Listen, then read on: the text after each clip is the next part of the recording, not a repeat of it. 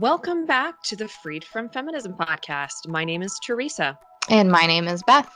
And on today's podcast episode, we are going to be talking about the topic of college. So whether you're about to go to college, maybe you're currently in college, or you know somebody who's in college or going to go to college, this episode will probably interest you. And you may be asking yourself, why are we talking about college on, a podcast entitled Freed from Feminism? What could college possibly have to do with our topics? Well, the answer to that is everything. Women are over 60% of the college graduates nowadays. What does that tell us about our society? Does it tell us anything? On the surface, it says, wow, women are achieving more than ever. They are getting educated at rates never before seen in undergrad or graduate level. Yay! Success. While in reality, we women are falling apart really and are more unhappy than ever. So that's kind of why we're addressing this in this episode, because I think this is a subject that we don't really want to talk about right now, because it's supposed to be a success story. Higher education for women is supposed to be the panacea to all of our problems besides abortion, It's supposed to fix all of our problems and fix society's problems. On the practical, real level, there are enormous problems with this. And so we just kind of want to talk about this and how we can maybe try to fix it in our personal everyday lives. Yeah, no, especially because you may be thinking right now, we sound insane. College is a great thing for people, especially women nowadays. And college has this innocence in our culture nowadays because it's so encouraged. I mean, I remember there's this line from one of my favorite shows, Gilmore Girls, where one of the characters who was, a college educated woman was told some other character, "What are you going to do without a college degree? Drive a forklift?" Like that's this idea in our society nowadays that you can't do anything without a college degree. And when you get a college degree, it is the most wonderful thing. You can go out and you can make your dreams come true. Yeah, it's your ticket. I mean, even young kids, their little kindergarten graduations, you're asking them, what do you want to do when you grow up? Because it's all about college. What are you going to study and become? And so with all of that pressure in society nowadays, we as women fall into it so much because we just want to go help people all the time. And we're thinking, oh yeah, sure, I'll go so I can go be a doctor and I can heal people. And so I can go be a scientist and cure cancer and all of that stuff.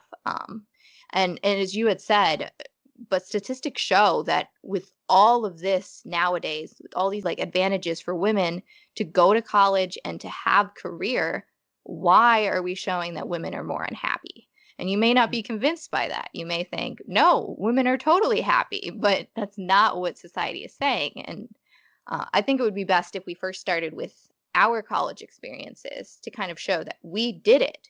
We did what society said: go to college, get a career that you think you're going to love, and go influence society. And ultimately, we found that we fit with the statistics. We were unhappy. That's right. And I'm glad you mentioned that. Like, I can hear the cynicism and the skeptical minds that are listening to us right now saying, really? You're not gonna say that college is the best thing ever? Yeah. And we both have experience in it. Both of us hold degrees. Beth holds I would say a higher degree. As we've said in our previous podcasts, we have not only achieved degrees, but we achieved success in our individual industries as well. So we actually, this is a situation where we have experience. And so we would like to talk about that a little bit. So yeah, I can start off with my experience, Beth. Yeah, go for it. So I went to the largest Protestant university in the world. I got my degree in international relations because at the age of 19, when I set my major, I wanted to be a language interpreter.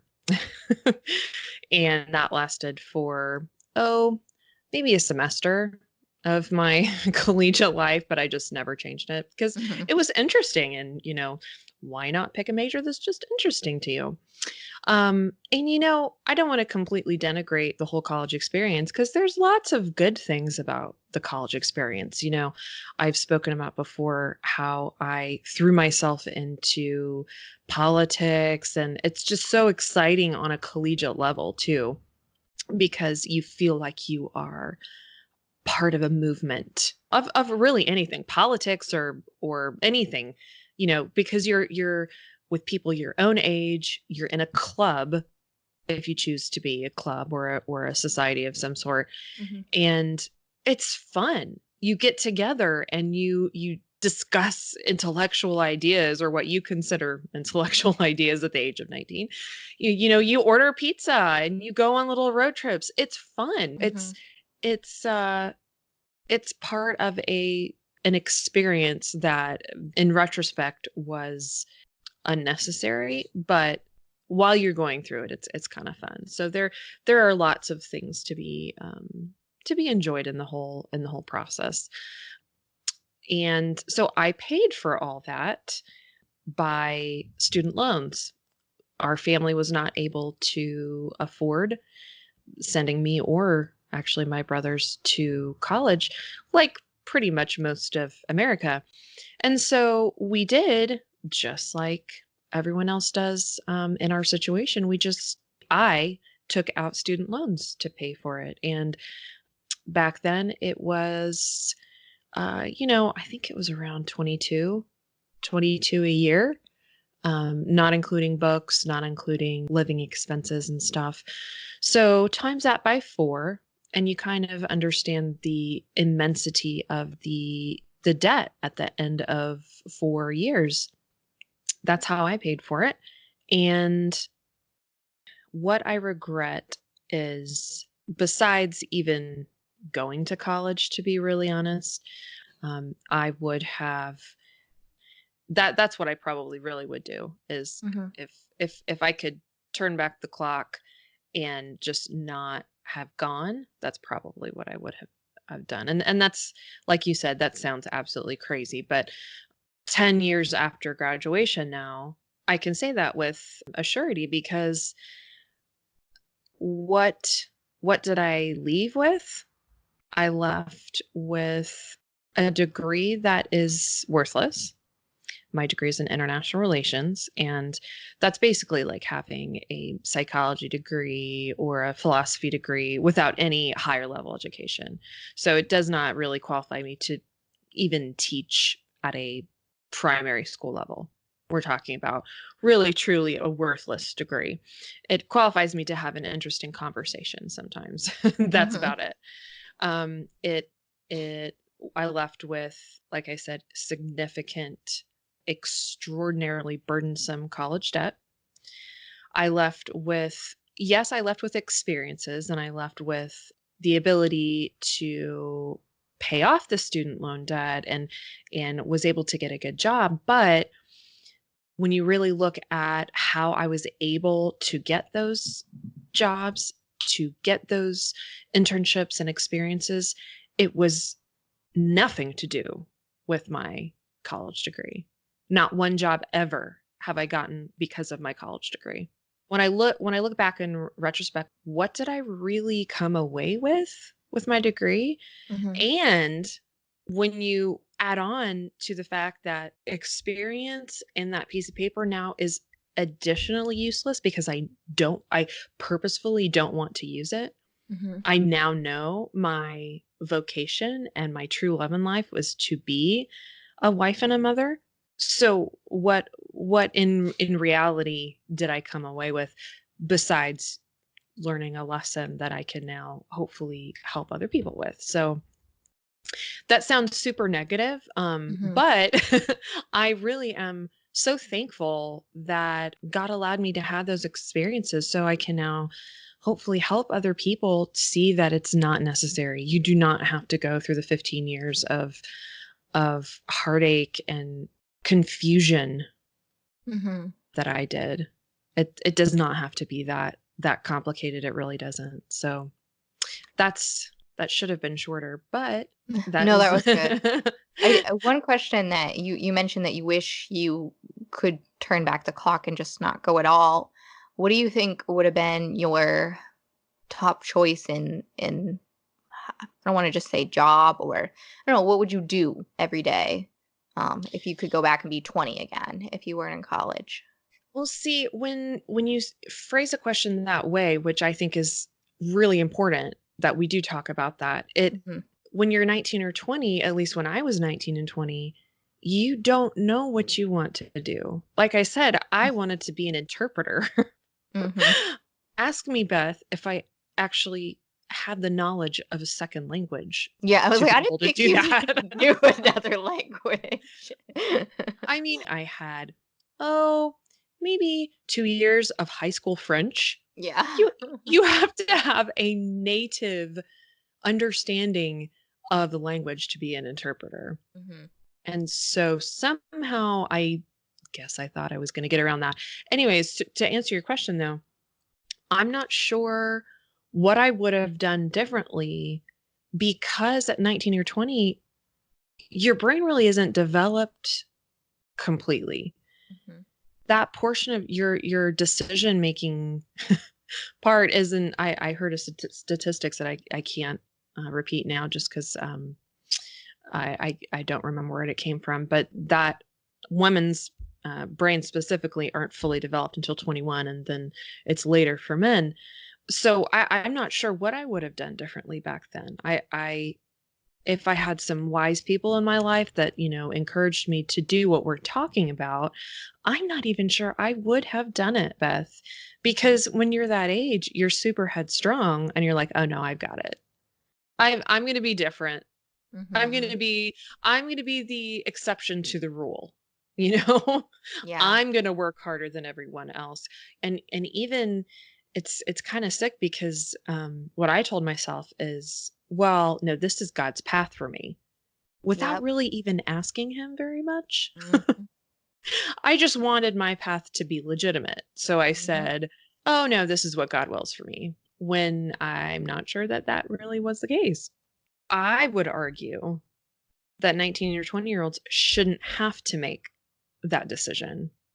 We shouldn't put that pressure on 17, 18, 19-year-old kids Hmm. essentially to make that decision for the rest of your life. Because while you're in college, you think it's so easy. Oh, well, I'll just change my major. Yeah. Well, yeah, you can do that. But guess what? When that degree is printed, it's set. It's set, and if you don't have work experience to match with, what you really wanna do, let's say if you do wanna change it, you're kinda stuck, and you're kinda stuck for life unless you go back and get your master's in something else or get a double degree or whatever. It's a little bit more serious than people take it, in college sometimes because it's a lifelong decision, especially when you pair it with student loan debt, Hmm. because then even if you have a plan and you're excited to be that marine biologist, you have now $80,000 worth of debt and an undergrad degree in marine biology. Hmm. What are you going to do with that? Even if you get a job in that, you're going to be making like what, 30,000 starting, if that now. It's kind of untenable. So that's how I would answer your question is, in reality, I'm not sure I would have listened. I'm not Hmm. sure I would have done anything differently if I had known, because I personally was an exceptionally stubborn person. But also, I'm not sure anyone should be made to make that decision that early on in life. Why do you need to? Why let's ask that question. Who made this rule that you have to make a lifelong decision when you're 18 or 19 years old? Why can't you just take a break? Hmm. I hate to use a modern term, but kind of find yourself Hmm. before making this big decision. So, No, anyways, that's good. I mean, I asked mainly because that was one of my biggest fears at that time was, what the heck am I going to do if I don't go to college right now? Like, I Yeah, tell couldn't me think your about story. it. You answer all those questions. Okay. Yeah, because it's just there's so much pressure. So all right. So my story for college, I was super into it. Mainly, as I've mentioned before, like in our first episode, that is a lot of pressure from my family. And it wasn't mean pressure. It was all good pressure. And especially me, they saw that I was, what they call smart and driven, and I had what I had everything which was on paper what a college student would be. And so it was almost a given that I would go, and I accepted it. And because of that, I was convinced also that I knew what I wanted to do. Because I'm somebody who likes to just gather as much information. It's just kind of my personality type, do all of the research and come up with a conclusion based off that. I'm not really a gut reaction kind of person. So I had Yeah. done a ton of research on my degrees, which I started out with biomedical engineering. Oh, wow. Which is kind of a niche field, which I didn't know, even with all of my research. Mainly because everything's sold to you on a silver platter in school as well. I remember in like my freshman year of college, we had this big engineering class where all the little freshman engineering students would get in the room and they would go over all the different kind of engineering degrees. And when they would talk about biomedical engineering, they would talk about how you could make prosthetics and medical devices that save lives. And I thought, oh my gosh, I could do that. That would be so cool. Because I really wanted to help people, and I knew that I wasn't very good with like first aid kind of doctor stuff. So I figured, well, next best bet, I could make the devices that doctors use. And Mm. so that was kind of what drove me. And I was just really good at school. I mean, I struggled when I first got to college, which kind of humbled me because I thought I was going to do great. And I mean, eventually I graduated with really good grades. But what happened mid college was I started to look at career. I mean, I was really thinking things out. I wasn't one of those kids who was just said, "Oh, I'll do that. That sounds great." I really looked at the different jobs that it could offer me, and I found, which sounds really weird to people who are not in engineering, I couldn't get a job because it sounds like, oh, women engineering, like that's where all the jobs are. Lies. It's not. And it's mainly because biomedical engineering isn't really the kind of degree you get. If you want to design something like prosthetics, you go into something like mechanical engineering. So, being the ambitious person I was, I said, well, why not major in both? So now I've Wow. got two majors and I ended up graduating in 4.5 years instead of four, just to get both of them done. Oh my gosh. Yeah. So, and I mean, that's basically what I set my mind on to, was like everything devoted to getting a job. Now, what I liked about all of this college experience was it fit a little bit with my personality because I just liked learning. So it was fascinating learning some of my classes. And I was just really good studier. I was a good test taker. I mean, everything just fit into it. So that was enjoyable for me. But little did I know, all of that is not what the real world engineering job is like. That it's a Mm. whole different ball game when you're Mhm.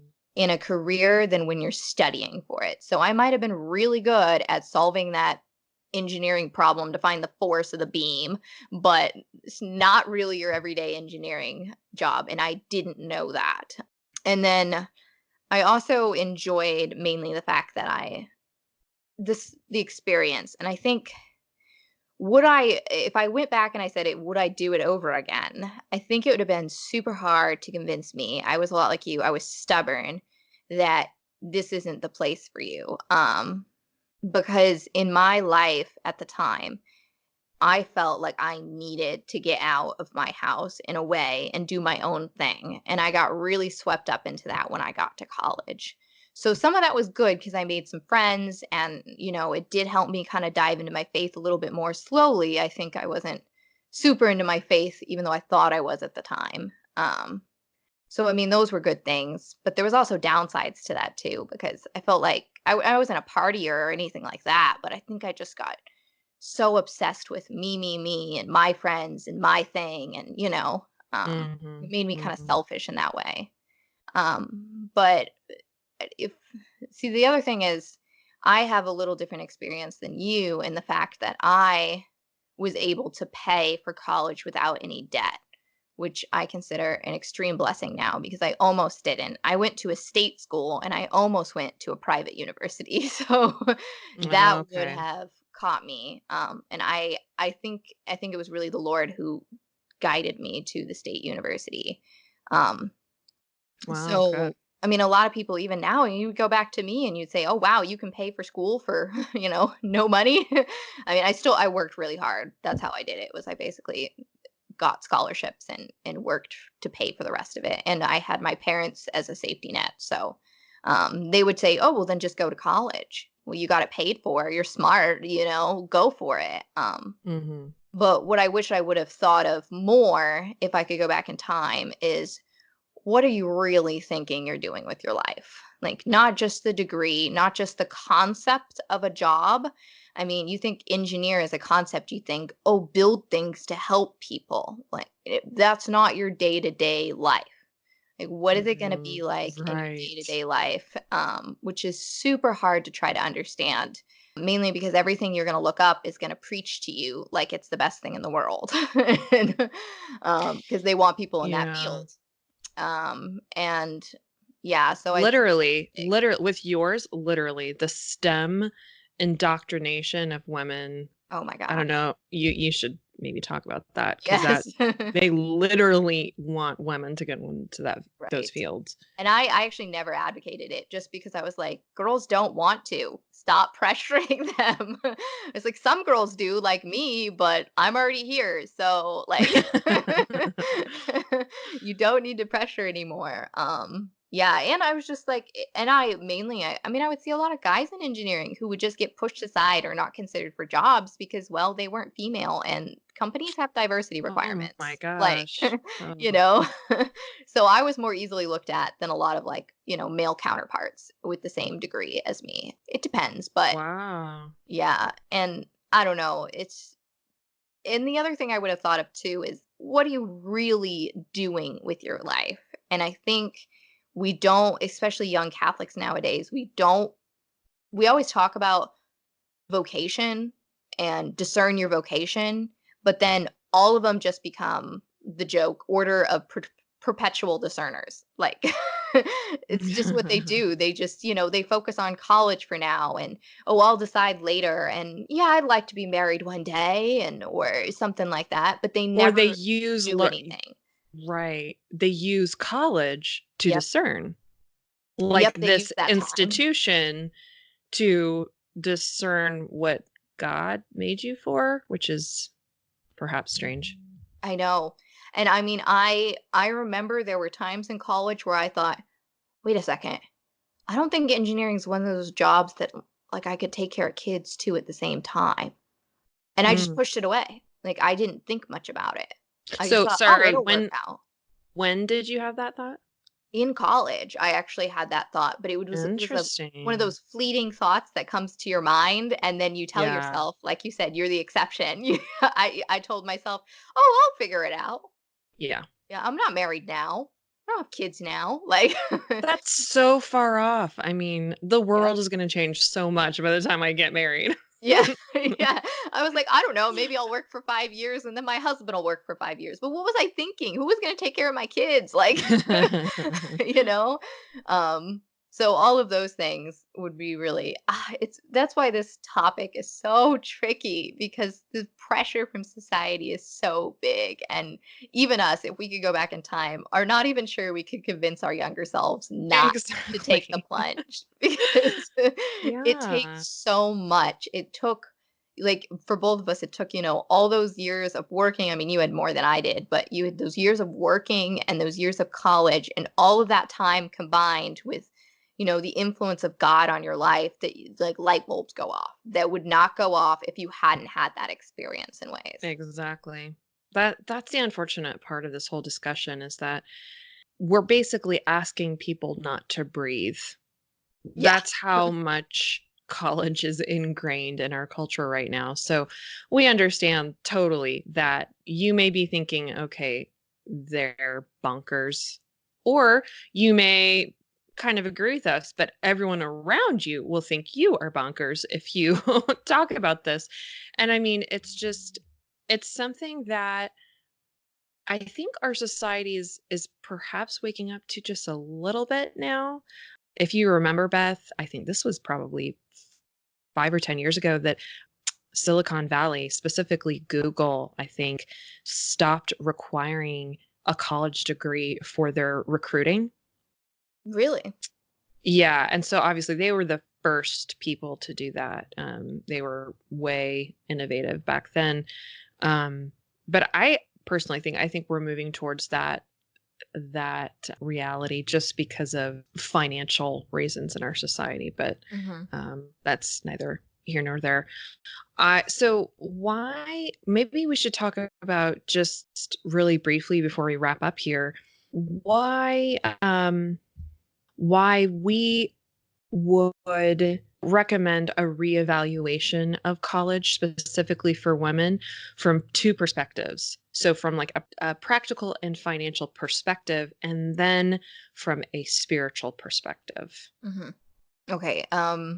Those are two really good points because, yeah, practical and financial, you have to consider when you're going to college really how much money that is. And that's super hard for an 18-year-old It's to impossible, wrap I their mind. think. I didn't understand how much money it was. I mean, I Yeah. thought I had a concept of money, but I don't think you really understood. Mm-mm. And that's why it's good if you're maybe somebody who knows somebody who's about to go to college. I don't know, maybe you have a family member, you're a youth minister, or whatever the fact may be, to just sit them down and break down the numbers. That if you go to college and it costs this much, you will have to work for, I don't know, 10 years paying this much a month to pay off your debt. Put it Right. into perspective. Say, do you want to be married one day? Do you want to have kids? When is this all going to happen? And in that, if you have to pay off this debt, maybe you have to stay with a job. You can't stay at home. Um, Right. and just kind of putting, I don't know, just trying to get them to understand how much money it is, and trying to mainly encourage them that if they still want to go, find an alternative, find something else that they can do in the meantime. Now, like my husband and I talked, that I heard this on another podcast, and it was a mom of, she had a lot of kids, and she said that what they do, they homeschool their kids, and that they have them graduate a year early and then have them do something for a year, like a vocational type school, like a vocational school Mm. or trade thing, so that they can, it's kind of like what you said, find yourself, you know. Yeah. They can get just some sort of experience in that. So you do that, and then you say, okay, well, I still want to go to college. At least you've taken time to consider what it is that you're doing. Yeah, and then graduating with as little as debt, and then also choosing something that would work with your vocation, which kind of leads into your second question. Really, your primary focus should all be about your vocation. And that's only because the church tells us that's how we're going to gain holiness. Is you live out your vocation to its fullest every day and devote yourself to God, and you become holy. And that's our whole point in life. There's no other point.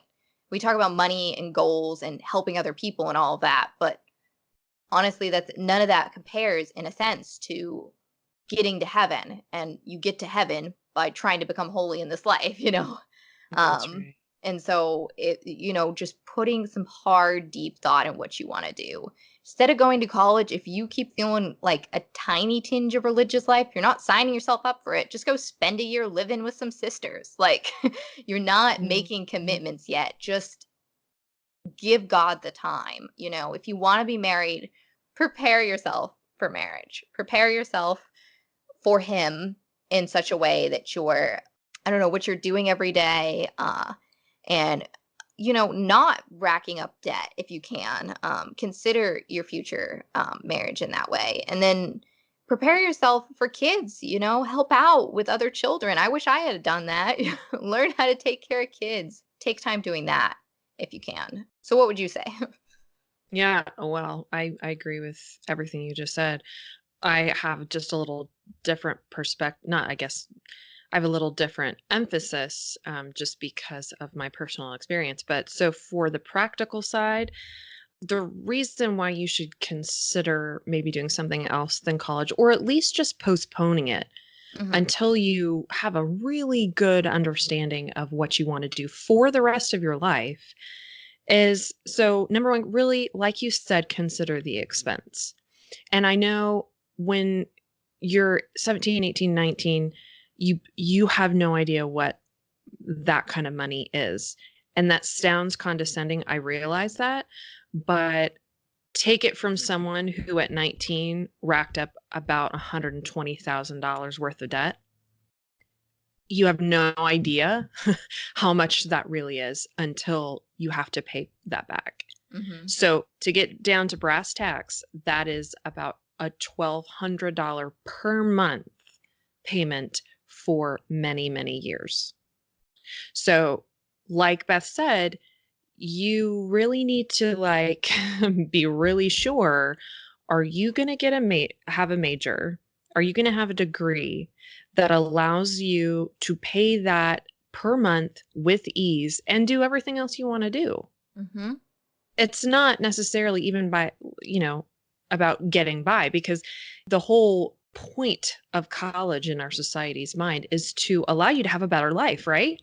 Mhm. It's supposed to allow you to get out of the kind of grind of everyday kind of existence and, you know, to raise you up to middle classdom. Mhm. Well, are you actually going to do that by going to college with the degree that you want? Because I went to a private university. I did a lot of really cool things in college that should have and did allow me to earn quite a bit of money. But guess what? When you have an enormous, you have basically two mortgage payments per month then, or Mhm. two rent payments if you're renting. If you don't really practically in reality have a good enough plan to live well and pay that per month for many, many years, for decades, Mhm. then really, really try to consider a different path. So Mhm. that's my financial or practical sense is the expense is overwhelming. Mhm. Um, and by the way, there's no guarantee of a job after that. Yep. There is absolutely no guarantee. And if you don't believe me, Google it or just ask your friends. Like we have friends that have master's degrees now that are working jobs that make them about 15 to $20,000 per year. Mhm. So both the woman and the man must work just to survive. And Mhm. this is again master's levels people. While on the other hand, we have friends that never went to college, went to a trade school, or just started working right after high school, and they are making 50 to $90,000 a year. It really the college degree is essentially a high school diploma now. Yeah. We've devalued it. So, Yeah. but let's say, okay, even if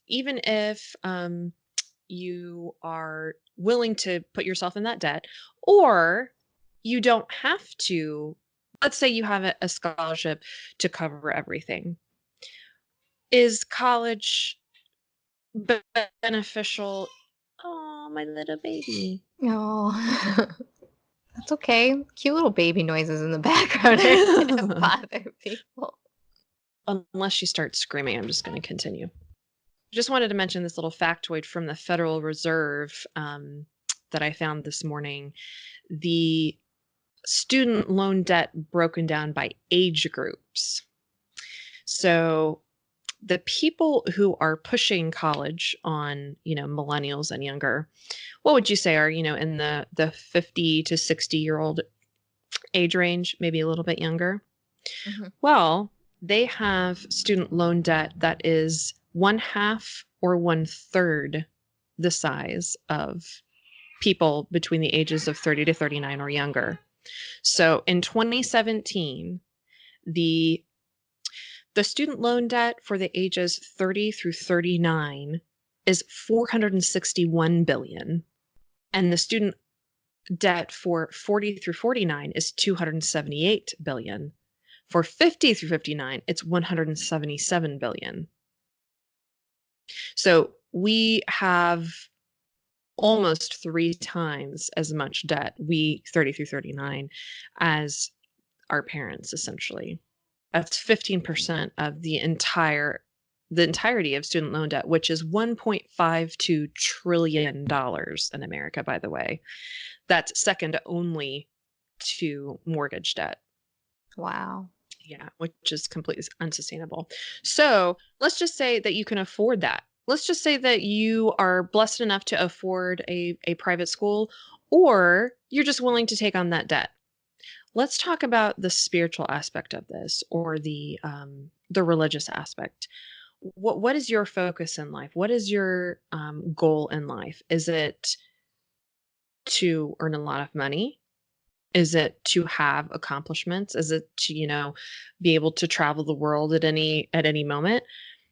The church tells us our life is about finding our big V vocation.